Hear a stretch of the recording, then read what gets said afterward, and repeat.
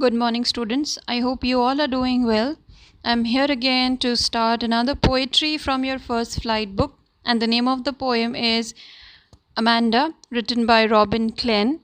Before starting the poem, I'll give you a brief introduction about Amanda. Who is Amanda here? Now, Amanda is a young girl and she is around 12 to 14 years old. And in this age, like most of the children, she is also wanting freedom. वो चाह रही है कि उसे किसी भी तरह की कोई रोक टोक ना हो, उसे हर वक्त कमांड ना किया जाए, और वो अपने पेरेंट्स से कही गई कोई भी बात हो तो she takes it in a very opposite way. She is never in agreement with her parents. तो उसे लगता है कि हर वक्त उसे कंट्रोल किया जाता है या उस पर उसे कमांड किया जाता है.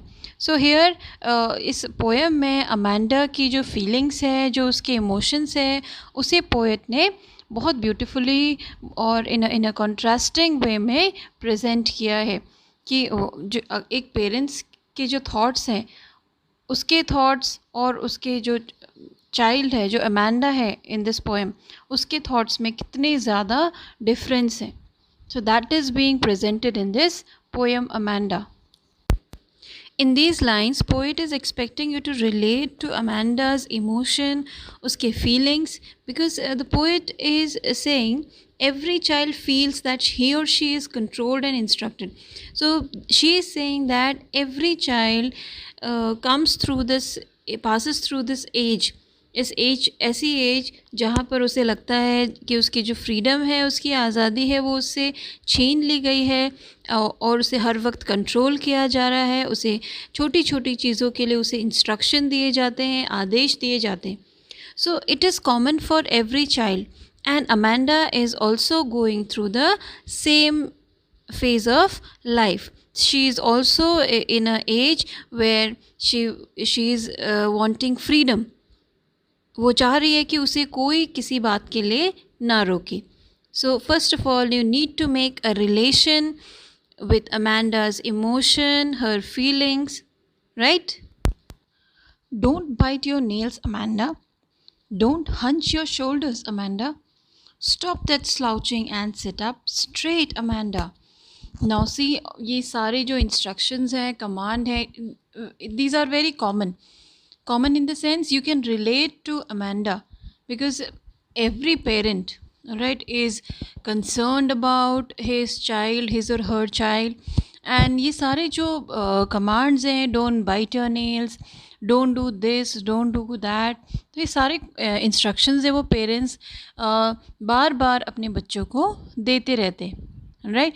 और ये हम सब ने अपनी लाइफ में वी हैव एक्सपीरियंस्ड दिस. और यही जो कमांड्स हैं वो अमांडा को भी मिल रहे हैं. Don't hunch your shoulders. Now what is hunch? Hunch means to bend the upper body forward. अपने बॉडी का अपर पार्ट, अपने पीठ को, अपनी बॉडी को आगे की तरफ झुकाना in a very lazy way, right. That is hunch. And slouching means to move lazily. बिल्कुल आलस से भरा हुआ, इन अ वेरी लेथार्जिक वे, आप सुस्त होकर बिल्कुल चल रहे हो, that is slouching. So here most probably, right, जो हम कह सकते हैं कि मोस्ट प्रोबेबली अमांडा की जो मदर है यहाँ पर, जो उसे कमांड कर रही है all these things. First of all, don't bite your nails. She is saying, Amanda, don't bite your nails, because obviously biting nails is a very bad habit and it is unhygienic also. Then she is telling her daughter Amanda कि तुम इस तरह कंधों को झुकाकर क्यों बैठी हुई हो, please sit up straight, alright, and why are you moving so lazily, तुम इतनी सुस्त क्यों हुई हो, be active. Come to the next stanza, students. Now see the second stanza, it is the lines are given within brackets. All these lines which are given within brackets, these are the real emotions, और ये वो lines है जो Amanda actual में what she feels, right, उसका reaction क्या होता है जब उसकी जो मदर है वो उसे कंटिन्यूसली कमांड कर रही है, उसे स्कोल्ड कर रही है या उसे समझा रही है. So these are the lines which tell us कि अमांडा के मन में क्या है. Look at the lines. There is a languid emerald sea where the sole inhabitant is me, a mermaid drifting blissfully. Now see the word emerald here. Emerald जो है वो एक तरह का स्टोन है which is green in color. So यहाँ पर emerald sea का मतलब वो समुद्र जो हरे रंग का है. Languid means relaxed. Drifting का मतलब है moving slowly, बहना, धीरे धीरे बहना. और blissfully means joyously, खुशी खुशी, when you are very happy. So these are the words, alright, जो Amanda is thinking, what Amanda is actually imagining, that उसके अंदर एक हरे रंग का एक बहुत ही रिलैक्सिंग वे में बहता हुआ एक समुद्र है. Alright, where the sole inhabitant, और उस समुद्र में केवल एक ही क्रिएचर है, एक ही जीव है, और वो मैं हूँ. और वो जीव क्या है? That is a mermaid. What is a mermaid? Mermaid means एक जलपरी. You must have seen a mermaid. In simple words, Amanda ये मानती है या वो ये सोच रही है कि वो एक मरमेड है, एक जलपरी है, और वो इस बहुत बड़े हरे रंग के समुद्र में वो अकेली है, वो खुश है, जहाँ उसे रोकने वाला कोई नहीं है, कमांड करने वाला कोई नहीं है, और वो उस समुद्र की जो लहरें हैं उसमें खुशी खुशी उन लहरों के साथ बह रही है. She is drifting blissfully in the sea. Alright. Now again, did you finish your homework, Amanda? Did you tidy your room, Amanda? I thought I told you to clean your shoes, Amanda. Now again, जो Amanda की imagination है कि वो एक mermaid है, एक जलपरी है, और वो समुद्र में बह रही है आराम से रिलैक्स्ड वे में, वो अगेन डिस्टर्ब हो जाता है. और किससे डिस्टर्ब होता है? वो डिस्टर्ब होता है when her mother starts scolding her again. And why she scolding her now? ये बहुत कॉमन है जब पेरेंट्स बच्चों को उनके होमवर्क के बारे में बार बार याद दिलाते हैं. Here her mother is also asking कि क्या तुमने अपना रूम साफ़ किया? And she said, I thought I told you to clean your shoes. मुझे लगता है मैंने अपने जूते साफ़ करने को कहा था. सो ये सारे जो कॉमन इंस्ट्रक्शंस हैं जो हर पेरेंट्स अपने बच्चों को देते हैं. तो here also the mother is telling the same thing to Amanda. Come to the next stanza which will tell us Amanda's reaction. She is saying, I am an orphan. Now orphan is a child जिसके parents नहीं होते, whose parents are dead. Now Amanda की जो feelings है वो इतनी ज़्यादा hurtful है या इतनी strong है. You can imagine कि वो कह रही है I am an orphan, कि मैं एक अनाथ हूँ. which means she feels कि it is better कि उसके पेरेंट्स ना होते, because she is not liking, she is hating that कि उसकी मदर उसे बार बार स्कोल्ड करती हैं, उसे डांटती है उसके हर छोटे छोटे काम के लिए. So rather she is saying I am an orphan roaming the street. मैं एक अनाथ हूँ और मुझे काश मैं एक अनाथ होती और मैं आराम से बिना किसी की रोक टोक के गलियों में घूमती. I patterned soft dust with my hushed bare feet. Now see, in the previous stanza, her mother had asked her कि whether you have cleaned your shoes or not. So here she is saying, first of all, pattern का मतलब to make designs, hushed means quiet and bare means uncovered, जो ढका हुआ ना हो. So here she is saying, I pattern soft dust with my bare hushed feet. She is saying कि I don't care कि मैंने शूज़ पहने हैं या नहीं. मैं चाहती हूँ कि मैं बेयर फीट, नंगे पैर, धूल मिट्टी में जाऊँ और उसी धूल मिट्टी में अपने पैरों से अलग अलग पैटर्न्स बनाऊँ, डिज़ाइन बनाऊँ.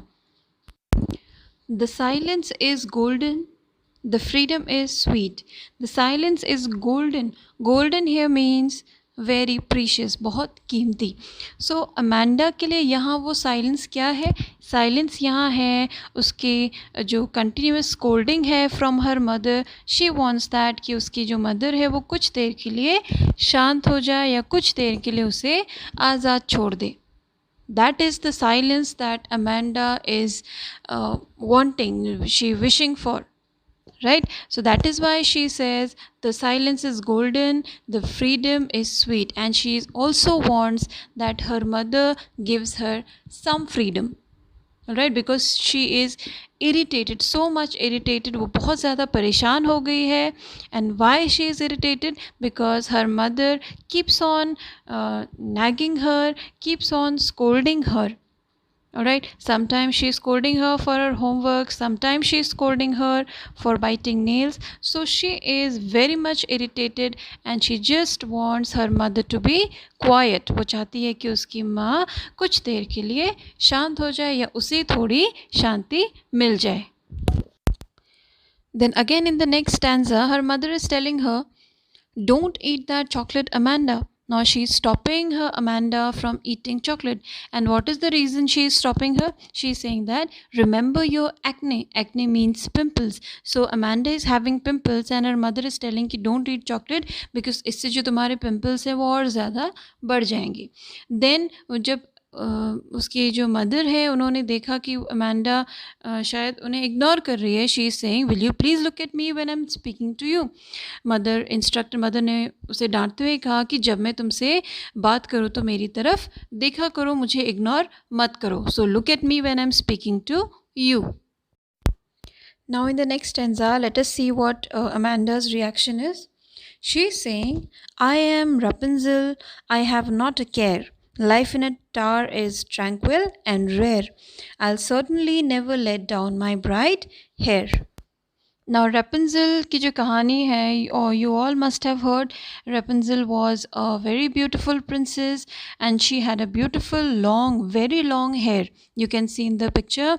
Now her stepmother, उसकी जो stepmother थी, उसने उसे एक टार में कैद कर दिया था and nobody was allowed to meet her. She was not allowed to meet anyone.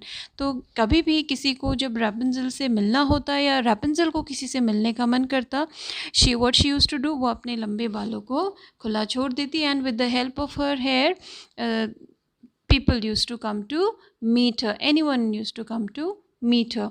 So Amanda is also saying that I am Rapunzel, मैं भी उस Rapunzel की तरह हूँ. But see children, there is a difference when Amanda is saying I am Rapunzel. Rapunzel की जो कहानी है उसमें Rapunzel को उसकी स्टेप मदर ने उस टार में कैद किया था. But here Amanda is saying I am Rapunzel, I have not a care.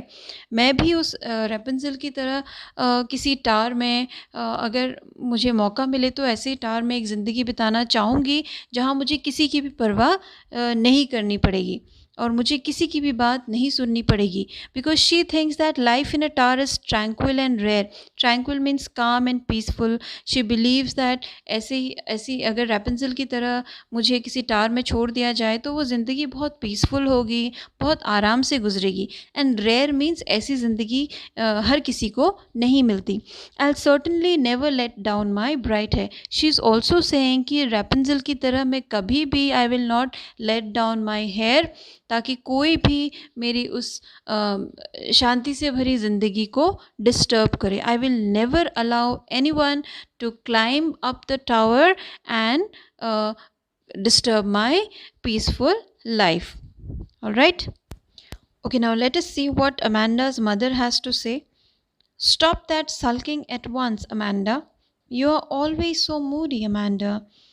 Anyone would think that I nagged at you, Amanda. Okay, now sulking means to be upset, nagged means scolded. So her mother is saying कि stop sulking means तुम इतना दुखी क्यों दिख रहे हो, किसी को लगेगा कि मैं तुम्हें डांट रही हूँ. इसका मतलब जो अमेंडा's मदर है, she is not scolding Amanda but she is only trying to make her understand. वो बस उसे समझा रही है, वो उसे डांट नहीं रही है. And that is why she is saying तुम इतना अपसेट क्यों दिख रही हो, stop sulking. And it is very common children because Amanda इस एज में है, she is in an age कि वो बिल्कुल भी समझने को तैयार नहीं है या वो एक्सेप्ट करने को तैयार नहीं है that her mother is only trying to make her understand and she is only scolding her for her betterment. वो उसकी भलाई के लिए उसे डांट रही है. तो अमेंडा इसे ऑपोजिट वे में लेकर जाती है and not in a positive way. Right. So that is the only thing.